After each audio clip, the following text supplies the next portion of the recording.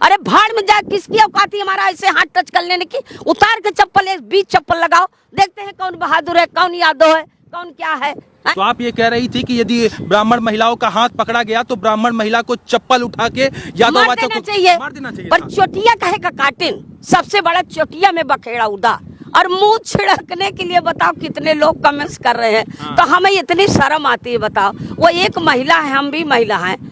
क्या आपको लगता है कि कोई महिला इस तरीके से मूत्र का छिड़काव करेगी? महिलाएं तो बहुत खराब काम कर जाती है, ये कहाँ से गारंटी ले बैठा आपने। हाँ। जब एक महिला सीमेंट में अपने आदमी को छाप सकती है, हाँ। तो मुंह कोनो बहुत बड़ी बात है। उत्तर प्रदेश के यादव कथावाचक से बदसलूकी का जो कुछ मामला था, मामले में आज गुलाबी गैंग की एंट्री होती है। ये वो गुलाबी गैंग है जिनके नाम से कभी डाकू भी थर थर कांपते थे। महिलाओं की एक पुरानी गैंग गुलाबी गैंग का आज आगमन हुआ। गुलाबी गैंग से जुड़ेंगे, बातचीत करने का प्रयास करेंगे। मैम, आज आप आई थी उत्तर प्रदेश के इटावा में, यादव परिवार से मिलने गई, ब्राह्मण परिवार से मुलाकात नहीं हो पाई आपकी। देखिए, ब्राह्मण परिवार से मिलना था, यादव से मिलना था, दोनों परिवार से मिलना जी था। जी। तो मैं वहाँ गई, जब ये मुकुटमणि यादव के वहाँ ढूंढते ढूंढते तो मिला, वो बहुत दूरी है। हाँ। फिर वहाँ गए तो सब लोग आए, फिर हमने उनसे पूछा तो अपनी बात रखा उन्होंने कि हमारे 15 साल से कथावाचक हैं, पूरा दुनिया जानता है, सब लोग जानते हैं। क्या आपकी बात मुकुटमणि यादव से हुई है या नहीं, उनके नहीं, परिवार नहीं, से? दोनों लोग नहीं मिले। दोनों फरार हैं? नहीं, फरार नहीं है, वो ये बताया है कि जहाँ हैं वो ठिकाने से हैं, कोई दिक्कत नहीं है। अच्छा। अब वो नहीं बताया तो हम इतना जिक्र भी नहीं किया। हाँ। तो मैं वहाँ ये पूछा कि भाई ठीक है, तुम्हारे आदमी को बदनाम किया ये जा रहा है कि फर्जी आधार कार्ड बनवाया, ये जांच का विषय है। पर उन पंडितों को मैं ये कह रही हूँ कि इतनी बात का लेके इन्होंने बखेड़ा नहीं बनाना चाहिए। भाई कथा सुना, तुम जान गए कि यादव है, ना सुनो, कोई दिक्कत नहीं। पर उनकी चोटी काटना, जैसे मूत का आरोप लग रहा है, अब सोशल मीडिया में है, तो हम तो यही कहेंगे ये कहीं ना कहीं दोनों गलत है और इनके बुद्धि नाम की चीज नहीं है। दोनों में बुद्धि नहीं। पंडित होते हैं जो बुद्धिमान होते हैं, उनके अंदर सहन शक्ति होती है।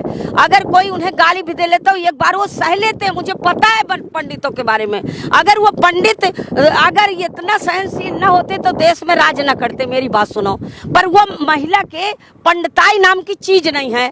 भाई मुंह तो ठीक है, झूठ बोले वो, लेकिन वो जब भी औरत को गाली दे रही है कि यादवों की मुंड कटवा लूंगी, मैं इनका सर कटवा लूंगी, इनकी महिलाओं को नंगा करवा, है उसमें दम है? अबे इतने करे के तो कितना बड़ा बवाल हो गया। तो देखिए, कहीं ना कहीं वो महिला गलत है और उसके घर वाले गलत हैं। उनकी जो चोटी काटा है वो भी देखो गलत है। किसी का शिनाख्त बिगाड़ देना ये मानव का हनन है, ये बात आपको समझना चाहिए। अगर कोई मार दे, उसका दांत टूट जाए तो उसके 308 लगता है, और उसका निशान बिगाड़ देना ये भी एक खराब चीज है। हम सब चीज जानते थे कि कानून के दायरे में क्या क्या आता है। अगर उन्होंने गलत वो बनवाया था आधार कार्ड, तो उनको जांच करवा देनी चाहिए, 420 का मुकदमा लग जाना चाहिए। और तुम सगले इसकी उपहास उड़ा दे कि ये यादव की कथा सुना रहे।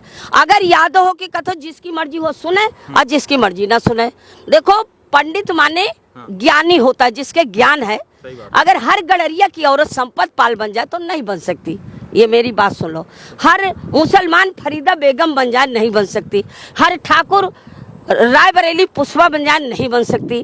तो देखिए, ऐसा नहीं है, अपनी अपनी ज्ञानता सबके अंदर छिपी हुई है। तो पर ये औरत किसी के बरगलाए में ये किया है, उसे अपनी बात को समाप्त कर लेना चाहिए। और इसी के लिए मैं उनसे मिलने जा रही थी कि उनको समझाऊं कि तुम मेरी बहन हो, हम सबके लिए। हाँ, महिलाओं से आप मैं मिलना चाहती, खास करके रेनू से, जिसके लिए बदनाम किया जा रहा है कि सही हुआ है कि नहीं हुआ, या आपका सोशल मीडिया बता रहे हैं, हम कहा जाने। इसी की जानकारी लेने मैं आई हूँ। तो सीओ साहब से मेरी बात हुई है कि आप जाना चाहे जा सकते हो, लेकिन बवाल है मैडम, हमारी भी इज्जत करो। तो मैंने कहा बिल्कुल सही बात है। सीओ साहब ऐसा? हाँ, मैं सीओ के यहाँ चाय भी पी, पर उन्होंने मुझको कहा कि अगर ना जाए तो नहीं बनेगा। तो मैंने कहा बिल्कुल नहीं बन जाएगा, क्यों नहीं बनेगा, पर असली बात बताओ है क्या। तो उन्होंने ये बताया है कि देखो, ये बखेड़ा जो खड़ा कर रखा है, कुछ सोशल मीडिया ने किया, कुछ तो गलती ब्राह्मणों से हुई।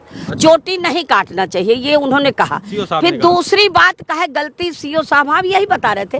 पर मैं कह रही हूँ, सीओ साहब तो नहीं कह रहे कि ये गलती महिला कर रही है। उन्होंने ये कहा कि उसको बरगलाया गया है और जो घटना हुई है वो सत्य है। पर दूसरी बात जो कह रहा कि मेरे साथ छेड़छाड़ हुआ, तो मैंने कहा साहब यहो ये अपने आप को कलंक मढ़ रही है। अरे भाड़ में जा, किसकी औकात है हमारा ऐसे हाथ टच कर लेने की? उतार के चप्पल, एक 20 चप्पल लगाओ, देखते हैं कौन बहादुर है, कौन यादव है, कौन क्या है। लेकिन मुकदमा दर्ज हो जाता है, चप्पल से मारती है। अरे अपनी ऐसी तैसी में जाए मुकदमा, हमारे हजारों मुकदमा है।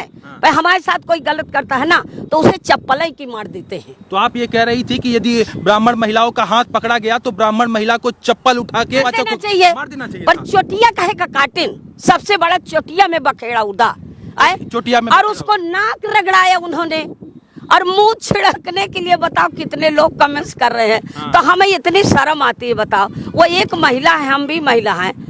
क्या आपको लगता है कि कोई महिला इस तरीके से मूत्र का छिड़काव करेगी? महिलाएं तो बहुत खराब काम कर जाती, ये कहाँ से गारंटी ले बैठा आपने? जब एक महिला सीमेंट में अपने आदमी को छाप सकती है तो मूत कोनो बहुत बड़ी बात है, ये बताओ। ये कह रहे हो कि महिला अगर मूत भी छिड़का है तो किसी के बरगलाने में ही छिड़का है बस। अच्छा, हाँ, कोई न कोई उसको बरगलाया। तो आप ये मानती हैं कि अगर उसको कोई बरगलाए तो उसके ऊपर अच्छी जांच होनी चाहिए, CBI जांच होनी चाहिए, उनके ऊपर मुकदमा होना चाहिए। पर रेणु से मैं निवेदन करती हूँ कि ऐसी गलती अब दोबारा न करे, नहीं पूरा गुलाबी गैंग बकेऔर थाने आएगा और उनको नारी जाति का पाठ पढ़ाएगा कि नहीं ऐसा मत करो। यानी कि आज गुलाबी गैंग की कमांडर संपत पाल के साथ साथ फरीदा बेगम और यहाँ पर क्या नाम है मैम आपका? पुष्पा जी, रायबरेली की पुष्पा जी, यानी कि 3 जिला की तीनों कमांडर आज आकर इटावा में क्या देखी? आप क्या लगता है कि ये देखी कि ना वो पंडितन की बुद्धि रही ना यादव की बुद्धि रही, कथा सुना।